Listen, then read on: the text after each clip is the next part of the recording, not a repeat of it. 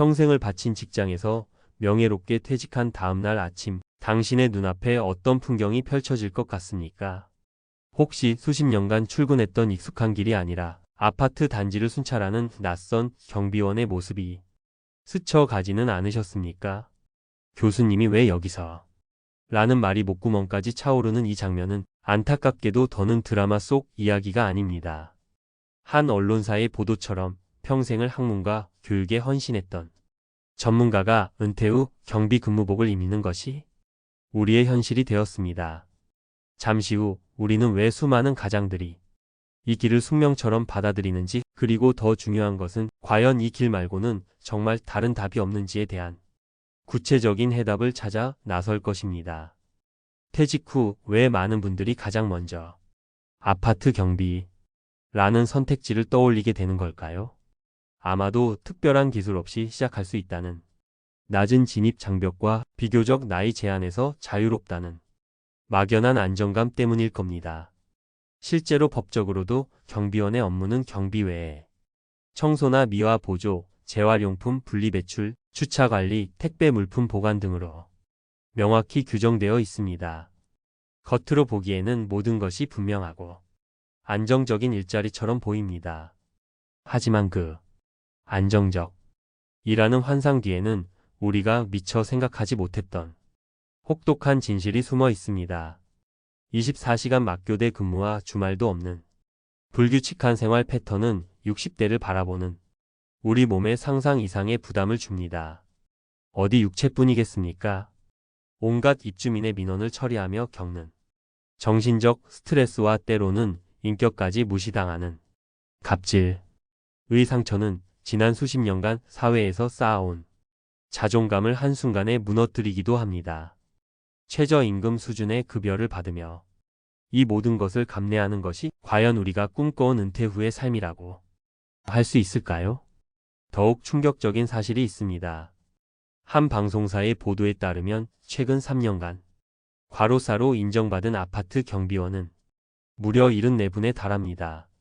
과도한 업무 부담을 줄이겠다며 법까지 개정했지만 현장에서는 이를 처우 개선 없는 계약이라고 부릅니다. 이전까지 관행적으로 해오던 온갖 잡무를 법의 테두리 안으로 끌어들여 오히려 업무 부담을 합법화시켜준 셈이 된 것입니다. 감시 단속직 근로자라는 족쇄에 묶여 제대로 된 야간 수당 한 번 받지 못하는 현실은 조금도 바뀌지 않았습니다. 자, 그렇다면 이 모든 것이 단순히 개인의 준비 부족이나 능력의 문제일까요? 절대 그렇지 않습니다. 이것은 우리 사회가 떠안고 있는 구조적인 문제입니다. 한 국책연구기관의 분석에 따르면 나이가 들수록 전문성을 발휘하는 분석적, 사회적 직무에서는 밀려나고 단순 반복, 신체적 직무로 내몰리는 경향이 뚜렷하게 나타납니다. 실제 통계가 이를 증명합니다. 지난 10년간 55세 이상 근로자가 가장 많이 늘어난 분야가 바로 경비원과 청소부가 포함된 사업시설관리 분야였습니다. 이는 우리 사회가 고학력, 고숙련 경력을 가진 중장년층의 경험과 지혜를 제대로 활용하지 못하고 있다는 명백한 증거입니다. 여기서 우리는 한 공기업 퇴직자의 이야기에 귀를 기울일 필요가 있습니다. 그는 은퇴 후 생활비는 충분했지만 아무것도 하지 않고 3에서 4년을 보내니 그 시간이 고역처럼 느껴졌다고 합니다. 그래서 어렵게 아파트 경비원 자리를 구했는데 가장 기뻐한 사람이 바로 아내였다고 합니다. 매일 아침 도시락을 싸주며 남편이 다시 세상으로 나가는 것을 진심으로 응원했다는 겁니다.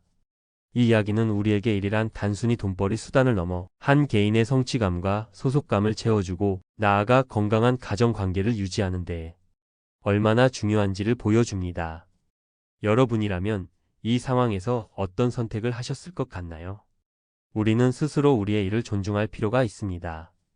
일본에서는 아파트 경비원을 단순히 시설을 지키는 사람이 아니라 지역사회의 정보를 꿰고 주민들과 소통하는 아파트 관리인이라는 전문 직업인으로 존중한다고 합니다. 언제까지 우리 스스로 퇴직하면 할 것 없는 허드렛일 이라는 낙인을 찍고 있어야 할까요? 직업에 대한 우리의 시선이 바뀔 때 퇴직 후 삶의 품격도 비로소 달라질 수 있습니다.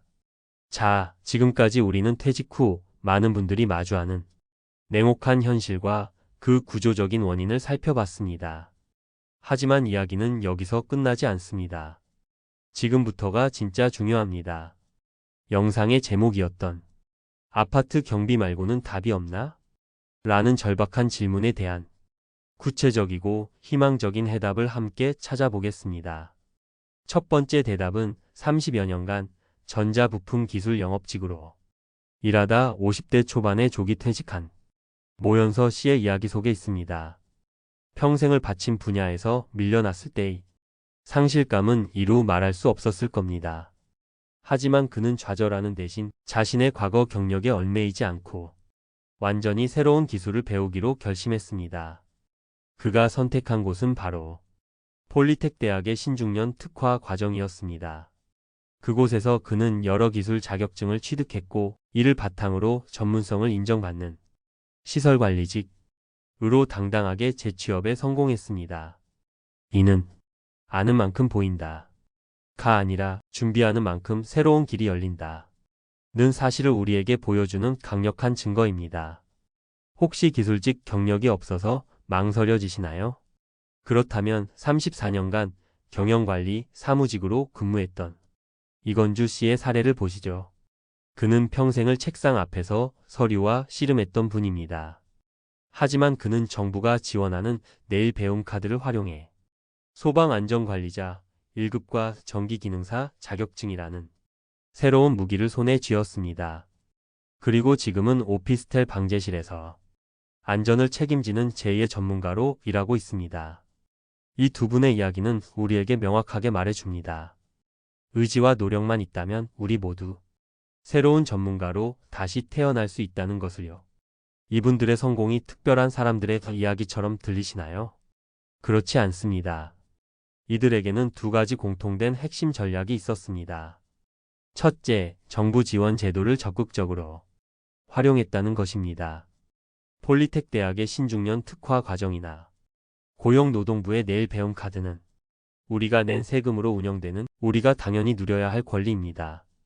조금만 관심을 가지면 수백만 원의 훈련비를 지원받으며 새로운 기술을 배울 수 있습니다. 모르면 나만 손해인 셈입니다. 둘째, 자격증. 이라는 대체 불가능한 무기를 장착했다는 점입니다. 시설관리, 전기, 소방안전 같은 분야는 우리 사회에 반드시 필요한 전문 분야이면서 동시에 중장년층의 성실함과 경험이 빛을 발할 수 있는 곳입니다. 이런 자격증 하나가 퇴직 후 나의 가치를 증명하고 노동시장에서 당당하게 협상할 수 있는 가장 확실한 무기가 되어줍니다. 퇴직 후 느끼는 가장의 무게는 책임감. 왜 또 다른 이름일 겁니다. 그 무게가 우리를 짓누르는 것은 당연합니다. 하지만 그 무게 때문에 조급하게 아무 선택이나 해서는 안 됩니다. 잠시 숨을 고르고 내가 가진 경험을 돌아보고 새로운 기술을 익히는 준비의 시간은 결코 인생의 낭비가 아닙니다. 그 시간을 통해 우리는 가장의 무게를 스스로의 삶을 끝까지 책임지는 가장의 품격으로 바꿔나갈 수 있습니다. 퇴직은 결코 인생의 끝이 아닙니다. 오히려 수십 년간 쌓아온 당신의 소중한 경험 위에 새로운 전문성이라는 날개를 달 수 있는 최고의 기회입니다. 오늘 소개해드린 성공 사례들이 그 가능성을 명확히 보여주고 있습니다.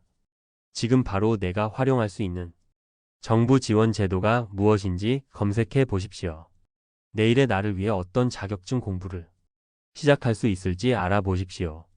그 작은 용기와 실천이 당신의 남은 30년 인생을 완전히 다른 풍경으로 이끌어줄 것입니다. 오늘 이야기가 당신의 마음에 작은 희망의 불씨를 지폈다면 혹은 비슷한 고민을 하고 계신 분이 있다면 댓글을 통해 당신의 소중한 생각을 나눠주시길 바랍니다. 우리가 함께 지혜를 모을 때 더 나은 길을 찾을 수 있을 겁니다. 내용이 유익하셨다면 구독과 좋아요를 통해 저희 채널을 응원해 주십시오. 저희는 앞으로도 당신의 품격 있는 인생 이막을 위해 더욱 깊이 있고 실질적인 정보로 찾아뵙겠습니다.